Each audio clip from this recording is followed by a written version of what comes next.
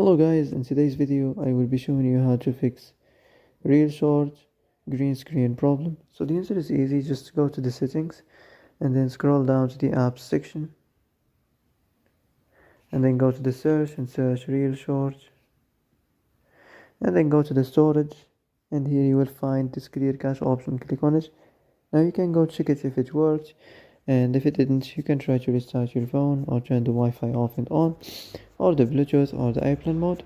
Also you can try to clear data, but be careful. If you clear data, all this application's data will be deleted. This includes all files, the settings, the accounts, the databases, etc. So be careful if you want to clear your data. And that's it for today's video. I hope this is the answer you've been looking for. If you like this video, don't forget to like and subscribe, and see you in the next video.